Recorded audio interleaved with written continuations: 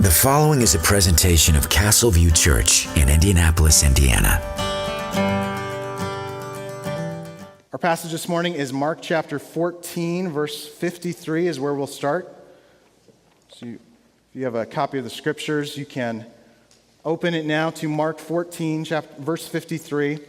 If you're new with us and you don't have your own copy of the Bible, we'd love for you to have one. On your way out this morning in the lobby on the right, there's a counter there, an information desk, and we have a copy that we'd love to give you as our gift to you this morning.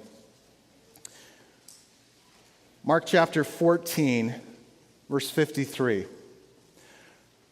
Before we read there, what you think of another person is shown by how you treat them. Not just by your words, but by your actions toward them. So we consider when we come to the scriptures, well, what do we think of Jesus? What do you think of Jesus?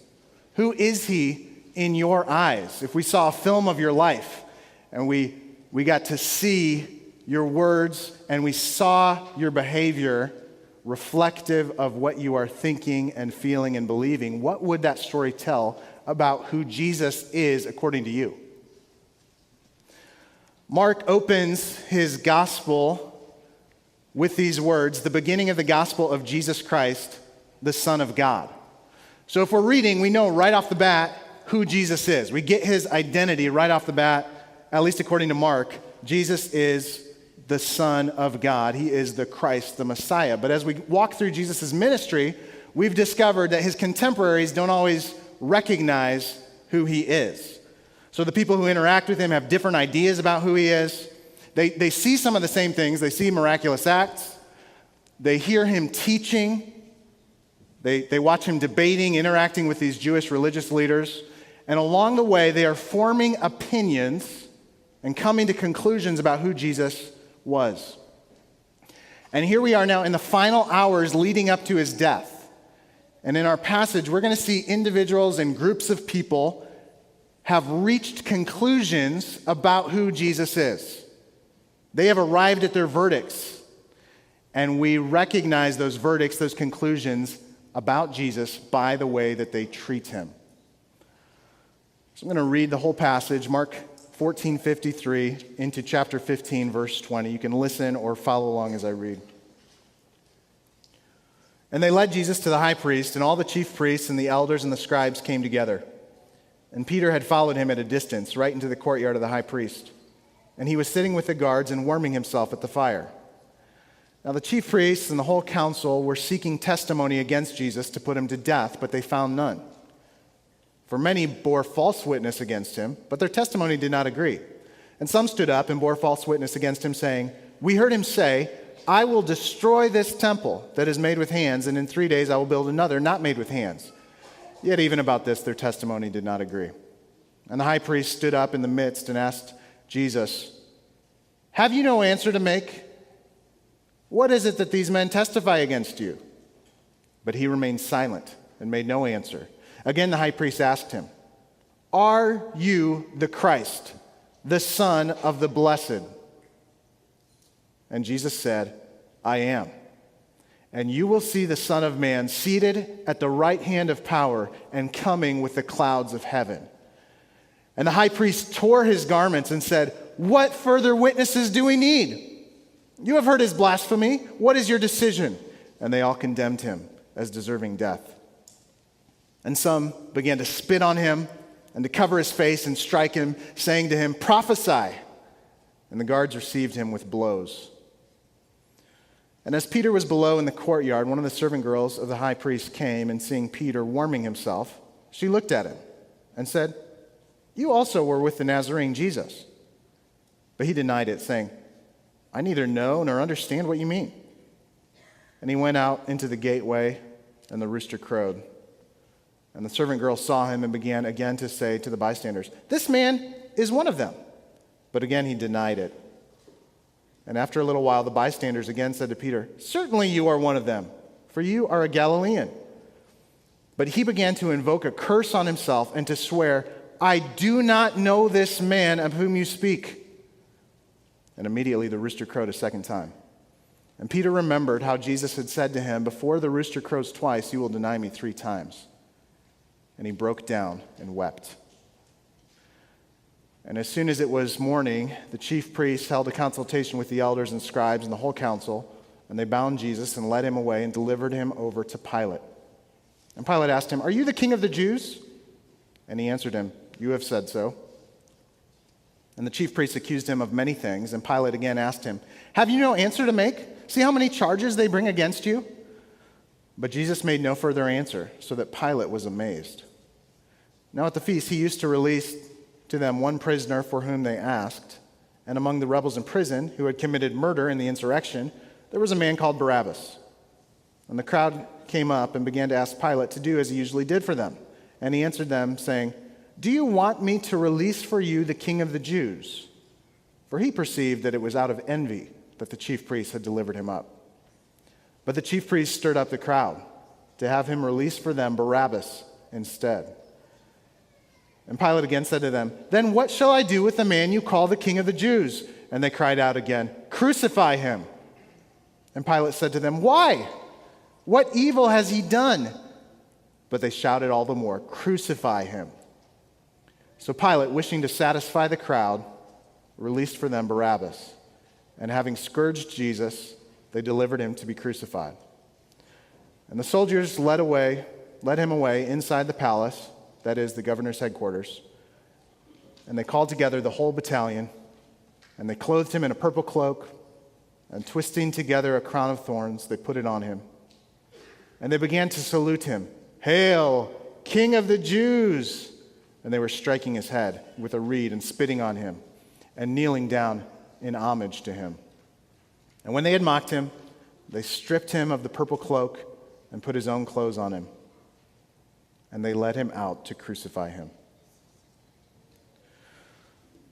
Our story picks up where we left off last week. Verse 53, Jesus had just been arrested in the Mount of Olives when Judas betrayed him into the hands of sinners, as Jesus said. And the guards led him from the Garden of Gethsemane to the home of the high priest. And there were the chief priests and the elders and the scribes who had come together at the home of the high priest. In verse 55, it says, it was the whole council there together. Or depending on your translation, it might say the whole Sanhedrin. That word Sanhedrin is just what we call a transliteration of the Greek word. So just make it English, and you have that word, Sanhedrin. It means council, but it also can be used as a proper noun because there was an actual body, this council, called the Sanhedrin, and it was a Jewish governmental body made up of 71 of these people, the chief priests, the scribes, and the elders. And the role of the Sanhedrin was to stand between the Jewish nation, the Jewish people, and Rome. Rome was occupying their land, was ultimately the highest authority there. But they were happy for these Jewish leaders to make rulings when it came to religious matters or cultural matters. But if it crossed over into a civil or criminal issue, then Rome might step in to get involved. So the Sanhedrin could make certain rulings, but then when needed, they would turn things over to Rome. So the gathering that night, it doesn't play out like a formal court proceeding, but more of a meeting of the members of the Sanhedrin. They come together and they've already determined Jesus is dangerous. Jesus needs to be stopped, and they're looking for a way to arrest him for quite a while. We read at the beginning of chapter 14, verses 1 and 2, that just days earlier they were already convinced that he should be killed.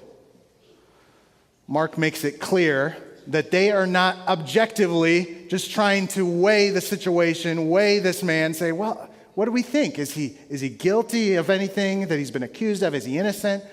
They're not objective at all. He says the chief priests and the whole council were seeking testimony against Jesus to put him to death, but they found none.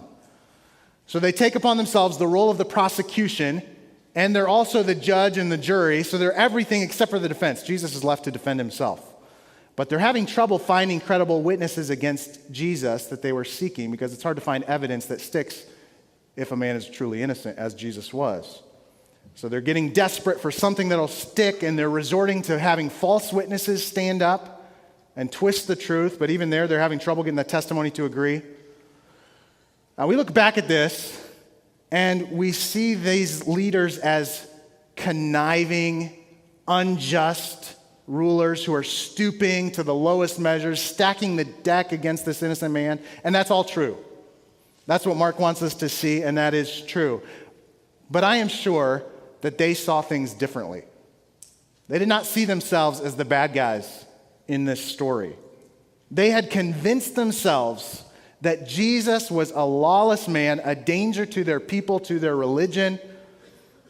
So from the beginning, they never waver in their verdict, and the difficulty in forming their case against him might be frustrating to them, but it never gave them pause to reconsider. Have we gotten this guy wrong? No, they knew in their minds he was guilty on so many levels. It's just a matter of nailing down the case, getting on the same page.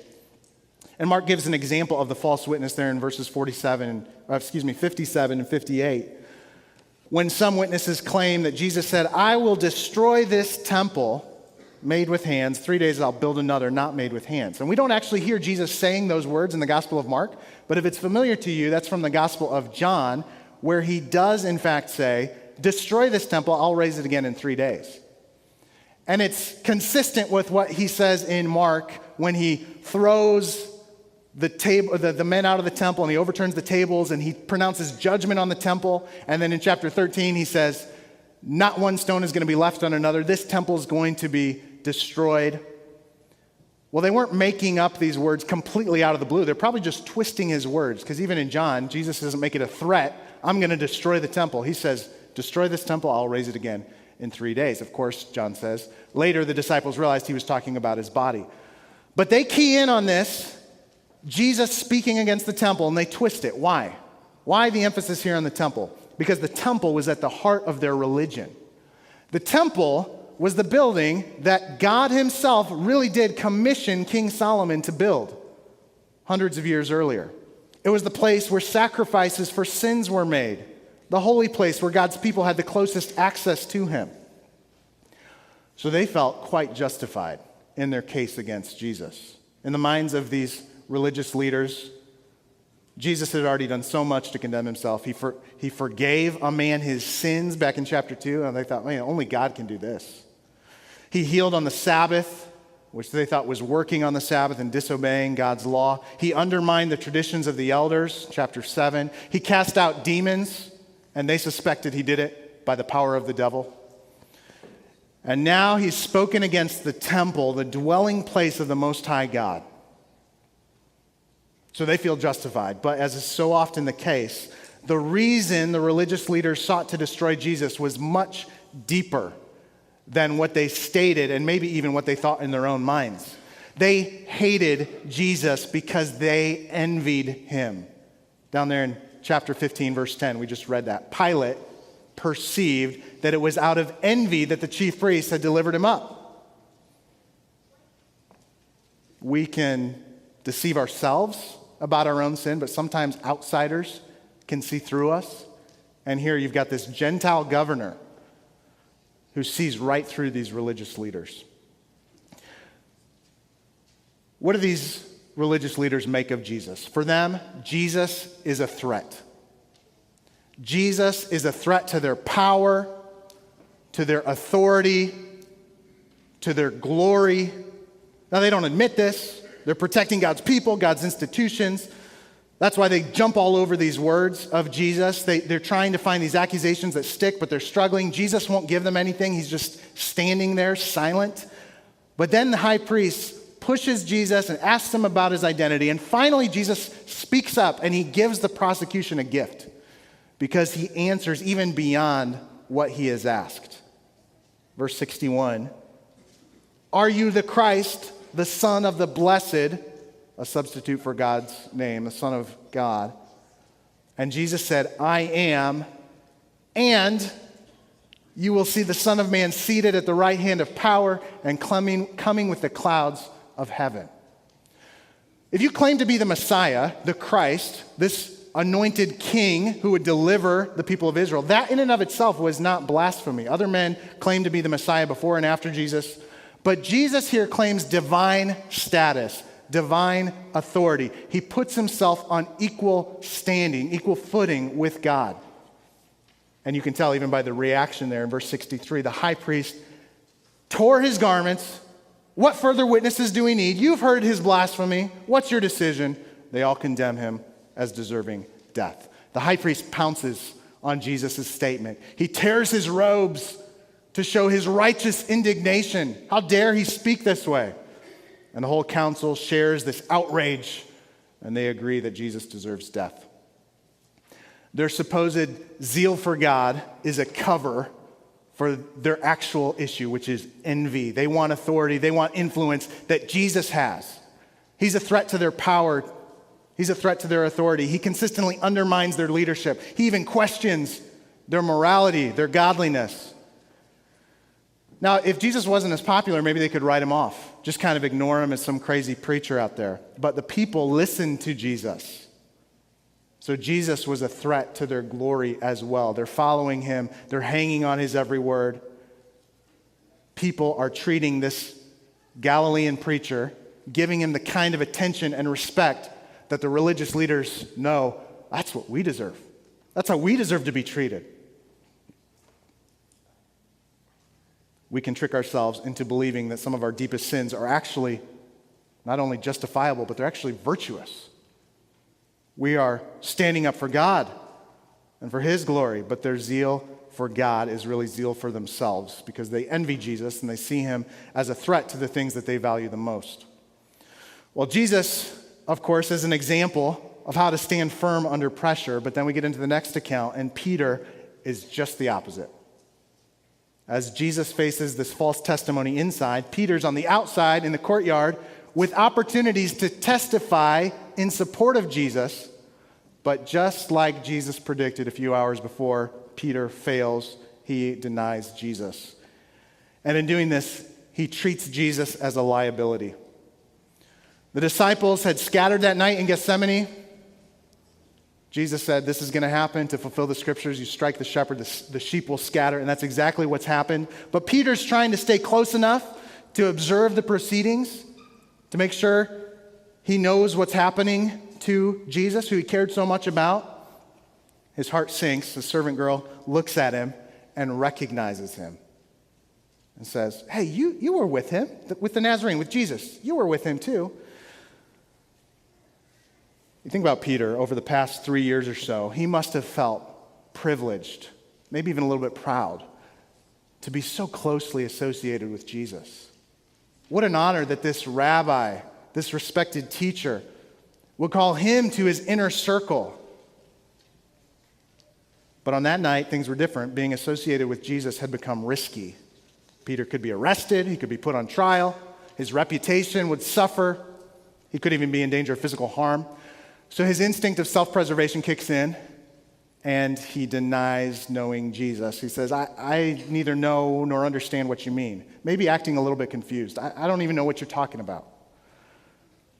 Somewhat of an indirect denial, perhaps. Maybe the girl will leave him alone. Peter moves to get away from her. But people keep talking and connecting Peter with Jesus, so the denials become more firm, more direct. And by the third time, you got this group of bystanders, they're all talking about him. They say, certainly you are one of them, for you're a Galilean. And by this point, Peter's in too deep. He's committed to sticking to his story, and he calls down a curse on himself. Probably something along the lines of a customary curse back then. May God do to me and ever more severely, a way of saying, I swear to God, and may he destroy me, may he hold me to account if what I'm saying is not true. He invokes a curse and he swears, I do not know this man of whom you speak. Immediately, rooster crows, third time. Peter remembers Jesus' prediction, before the rooster crows twice, you'll deny me 3 times. And he faces that crushing realization that he has just done the very thing that he promised he would never do. The very thing that just hours earlier he had said, even if I have to die with you, I'll never do that. And he did it, and realizing it, he breaks down and he weeps. He'd overestimated his own strength and faithfulness. That night in the courtyard, the opinions of those strangers seemed so important. Jesus' opinion didn't seem to matter as much in that moment. These people were present. They were right there around him, and Peter acted as if they were bigger than Jesus. He acted as if Jesus was absent. unaware of his words. We're reminded in Peter here that if the goal is to be safe, if that's your goal in life, to be safe, to be respected by others, there are going to be times when it feels like a liability to be connected and associated with Jesus. The story moves on. Now it's morning. The chief priests, beginning of chapter 15, have agreed that Jesus is guilty of blasphemy. He must be put to death. So they bind him and they deliver him over to Pilate, this Roman governor.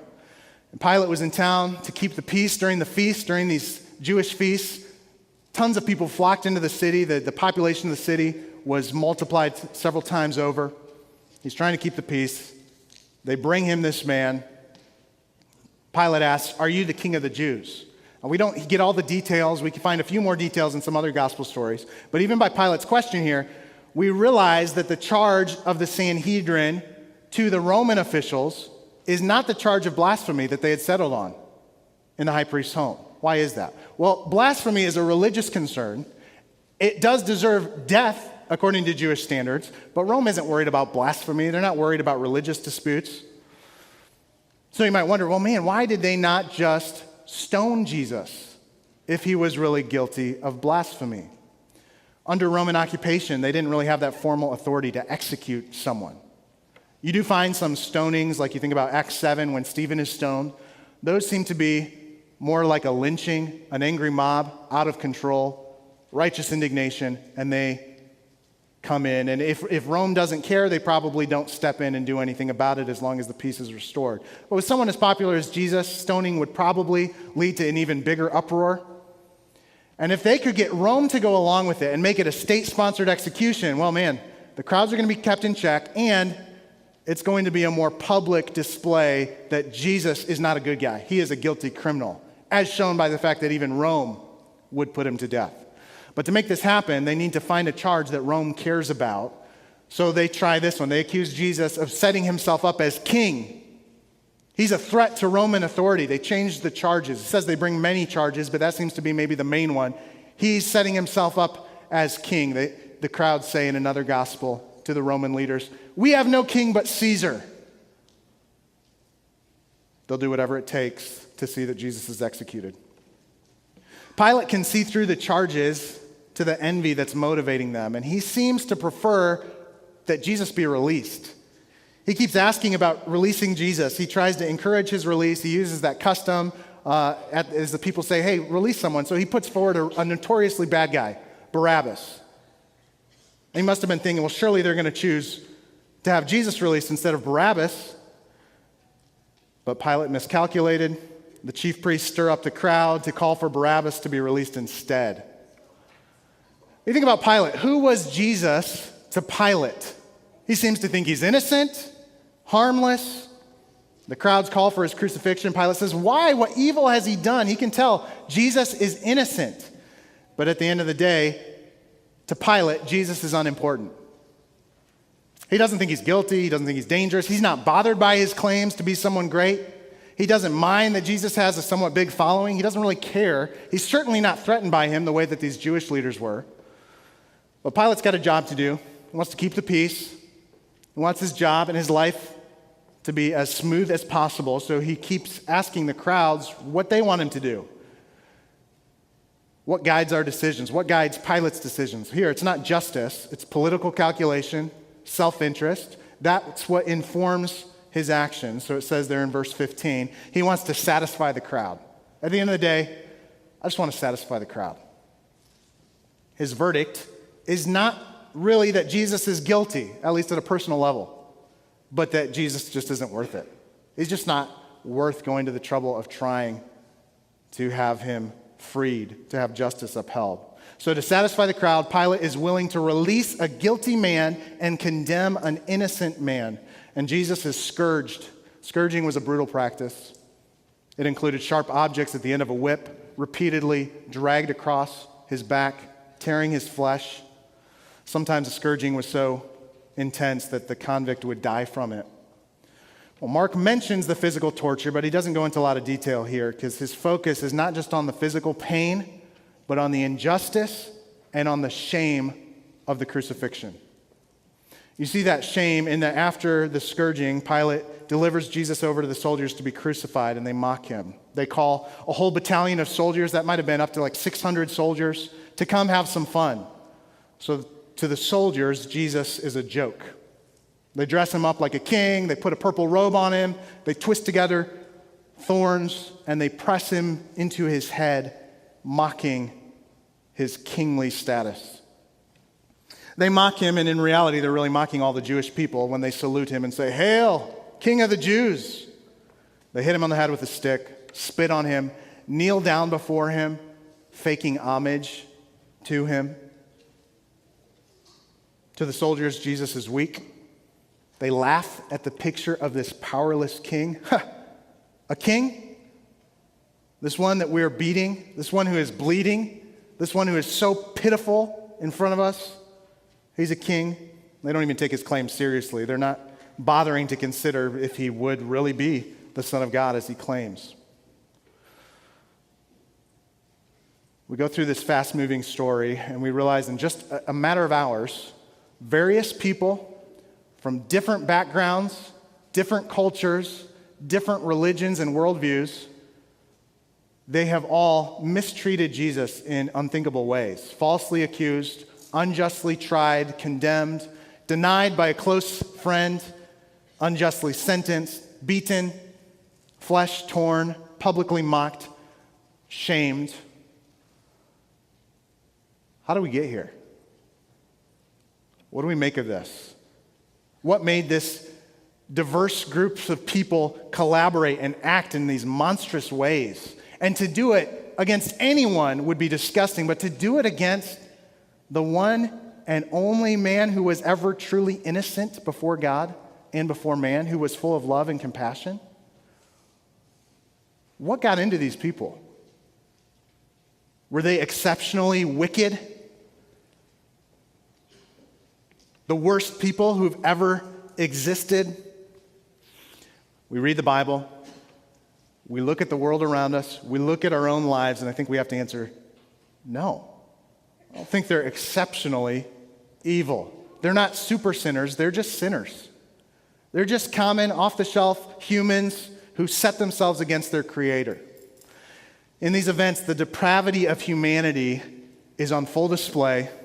And if we ever would wonder, man, what would we do as humanity? What do we really think of God? What would we do if He were with us? We find out here, when God lives among us, we turn on Him. In time, we make Him suffer. Even when we consider how these people treated Jesus, I think if we honestly examine ourselves, we can see how we are prone to act in similar ways. We act like one or maybe more of the characters, the role players here. So we think back up the list that we just went through. I think of the soldiers, and we recognize, yes, some people mock Jesus. Like the soldiers, they think He's weak, He's pathetic. They don't have any problem brazenly mocking Christianity or Christ. Sometimes it's flippant in the form of actual jokes, punchlines, making people laugh. Other times more malicious. You see public figures and authors ridiculing the fact that anyone would ever put their hope in a Jewish man who lived 2,000 years ago. Probably more of us, though, are closer to Pilate. And we don't have anything against Jesus personally. We don't even really understand those who are so opposed to Him. What's their problem? Jesus seems like a good guy. We weigh our public stance towards Jesus, though, on the scale of self-interest. What's going to happen to me? As long as it doesn't cost me, yeah, I'll give Him my casual approval. Thumbs up. Yeah, Jesus, He's a good guy. No problem with Him. Yeah, I shouldn't be against Jesus. That's bad.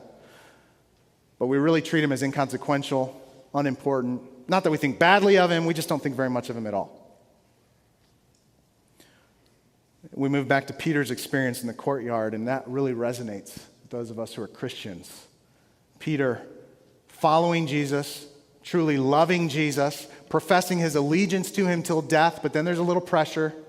He's put in a situation where he's not comfortable, he's a little scared, and he will deny even knowing Him and treat Him like a liability. It's not really hard to testify for Jesus in this setting, right? To stand up together and sing praises to His name. It doesn't take a lot of boldness. It's a good thing to do, but maybe not a brave thing to do, but it can feel different when you're at work or you're at school, you're in a conversation with a neighbor, you're in a social setting when you realize that openly identifying with Jesus might actually cost you. It might lead to social embarrassment of some kind. Maybe it'll even limit career success. And in that moment, you really don't want to stand out. You really just want to blend in. You really just want to kind of fade into the background. So with as much subtlety as the situation will allow, you try to distance yourself from Jesus. Not explicitly if you don't have to, but maybe if necessary. What about the Sanhedrin? I mean, on the one hand, we're not in the habit of condemning people to death, and I don't think most of us publicly oppose Jesus in the way they did.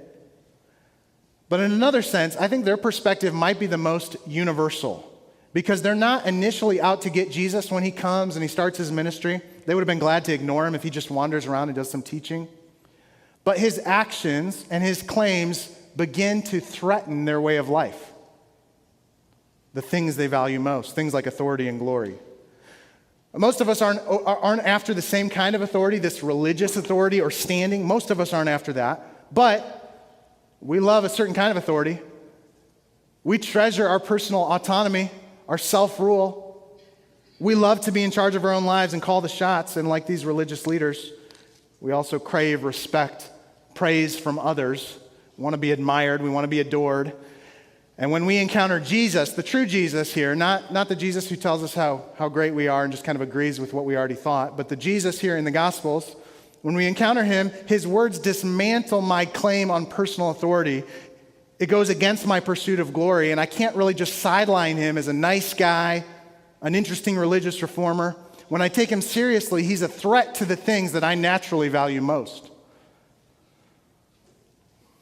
Well, in the high priest's home, that night, we see more clearly than ever who it is that Jesus believes himself to be. To put it simply, Jesus is king. Jesus is no longer hiding his identity. You know, many times we saw Jesus, and it's kind of puzzling to us, as he told people, hey, don't proclaim the fact that you know that I'm the Messiah, the Christ. Or the demons who say, you're the Holy One of God, and he silences them. But now the time has come for the truth to come out. And the high priest asked Jesus if he's the Christ, the Son of the Blessed. He says, I am, and you will see the Son of Man seated at the right hand of power, coming with the clouds of heaven. Jesus says, yes, I am the Christ, the Messiah, and yet I am so much more than that national deliverer that you've been expecting. And he alludes in his language here to two important Old Testament passages. One is in Psalm 110, verse 1, which speaks of David's Lord sitting at the right hand of the Lord, Yahweh, indicating a close relationship to God and equal authority to his. He's putting himself on the same level of God. And he also echoes Daniel chapter 7, once again, that he is the enthroned Son of Man. He's called himself the Son of Man, kind of an ambiguous title, but we go back to Daniel and we see more significance. And he uses the same language he used back in chapter 13, the Son of Man who will come on the clouds of heaven. Daniel chapter 7, Daniel records a vision of a Son of Man. Listen to who this Son of Man is. He is one who receives dominion and glory and a kingdom. What kind of a kingdom? How big is this kingdom? It's a kingdom that all peoples, nations, and languages should serve him. His dominion is an everlasting dominion which shall not pass away, and his kingdom one that shall not be destroyed. His rule is universal and it is eternal. It's over all things and it is forever. Jesus is here standing trial. What a picture. Jesus standing trial, being judged by these men who are exerting authority over him, weighing and judging his words. Does Jesus measure up? Is he actually guilty? They would, in their own minds, outrank him in religious standing. But now he openly claims he not only outranks these men, he's on a totally different plane. Because his seat is not as a member of the Sanhedrin. His seat is at the right hand of God the Father. And he turns the table on these judges and announces that he is the one who will sit as king and as judge over them. Oh, you're judging me? I'll admit who I am. I am the king and I am the judge over all. But it's interesting that even as he claims this authority, he doesn't exert it. He doesn't finally judge and condemn these judges who are condemning him. Not yet. That awaits the future. But for now, he remains quiet. He's got these few bold statements about who he is, his identity, but for the most part, Jesus endures this mistreatment in silence. Why is he so silent? I think we see in his silence a confidence that he really is who he claims to be. And you think back to last week in the Garden of Gethsemane, I think we also see that he has a settled trust in the Father. You think about the garden when he's suffering this overwhelming dread of the cup that he's about to drink. But he lands at a place of trust in the Father and submission to his will. And now that he's gone through that, Jesus has his eyes fixed on the joy set before him. He's ready to endure the cross, and he doesn't waver. He doesn't back down when these evil men come to give him their worst. So now he's resolute. He faces injustice without resisting his enemies. Years later, Peter would write to some suffering Christians, and he would remind them of this example. 1 Peter chapter 2, he says, "For to this you have been called," suffering, "for to this you have been called, because Christ also suffered for you, leaving you an example, so that you might follow in his steps.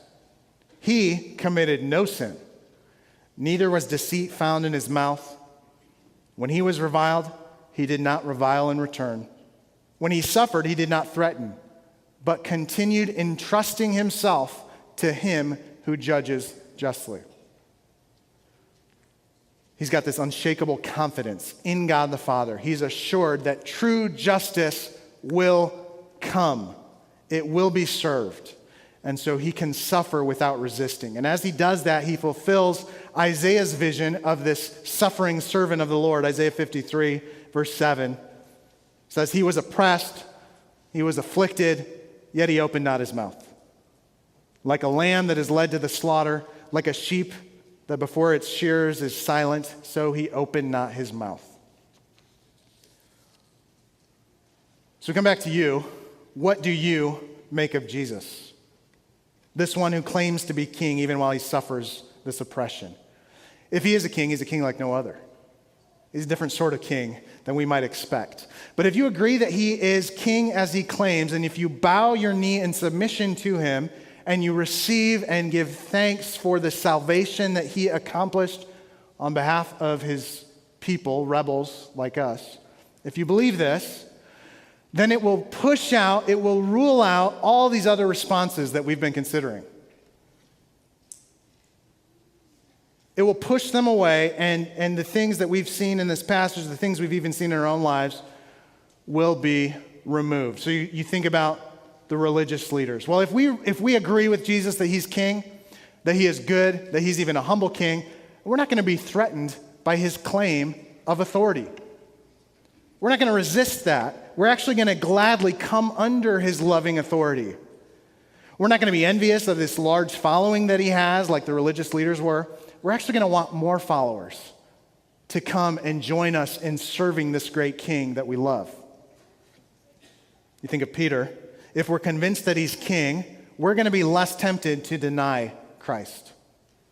Because if he sits over all humanity, if his rule is universal and eternal, then why would I ever distance myself from him in order to get the approval of my peers? Why would I try to impress people like you at the cost of what he thinks? Your opinions are going to be pretty fickle. You're all going to be dead in a few years, right? We look at our contemporaries and we say, that's true. Why would we live for their approval when our king is almighty, eternal? We should be compelled to live for his approval. So instead of living like an undercover Christian, as you might be tempted to do, look for ways to make your faith known. You know, when you meet somebody and they ask you about yourself, maybe you could just front load the fact that you're a follower of Christ. If that's the most important thing about you, Maybe you'd be eager to say, yeah, I'm Nathan. I follow Jesus. I'm a Christian. That's the most important thing about me. I believe he died that I could be forgiven and know God forever. And then you get on to the other lesser important things, details about family and work and hobbies. Just an idea. Number 3, we think of Pilate. Well, if we agree that he's king, we're not going to be like Pilate, treating Jesus as though he's unimportant. We're going to look past the moment. You'll move past asking, man, what are the costs and benefits of publicly supporting Jesus at this time? Instead, you'll embrace Christ as the treasure that he is. You'll see him as more valuable than anything else, and at all times and all circumstances, you'll be eager to cling to him and embrace him. And of course, finally, if we affirm that he is the king who will judge the world, we're not going to mock him. We're not going to poke fun at him. We're not going to see him as weak.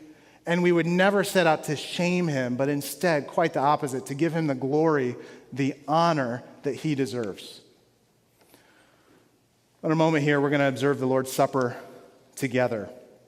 The Lord's Supper is a meal where we publicly affirm together that Jesus is who he says that he is.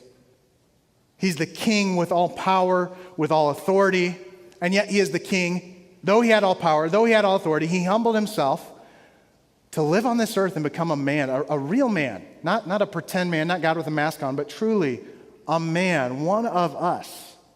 What humility to go to that point, to live through the mundane and difficult experiences that we all experience. But he stooped so much lower than that. In these stories, we're reminded that he would suffer injustice, that he would be mistreated, that he would willingly undergo all this according to the Father's will, to accomplish the plan of the Father and to rescue the very types of people who put him through all this. We can't see ourselves as distant from those who are wronging Christ. Oh, if I were there, I'm sure I would have been shouting for his release. Not naturally. That's only if God's changed you, might you have done that. Because by nature, we are no different. And we identify with those who do these despicable things to Christ because we recognize in our sinfulness, Christ suffered for what we have done. If your hope is in Christ, if you are his, if you are trusting in him, then he will suffer in these coming hours under the wrath of God and punishment that you deserve, the weight of your sin. We come to the Lord's table and we recognize that. We humbly celebrate it. We don't mourn it because we know the end of the story. We know that he doesn't stay dead. But we celebrate it that we would have a king like this who would shed his blood for his subjects, even for his rebels, his enemies.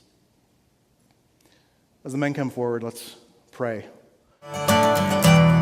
This has been a presentation of Castle View Church in Indianapolis, Indiana. For more information about our church, please visit castleview.org.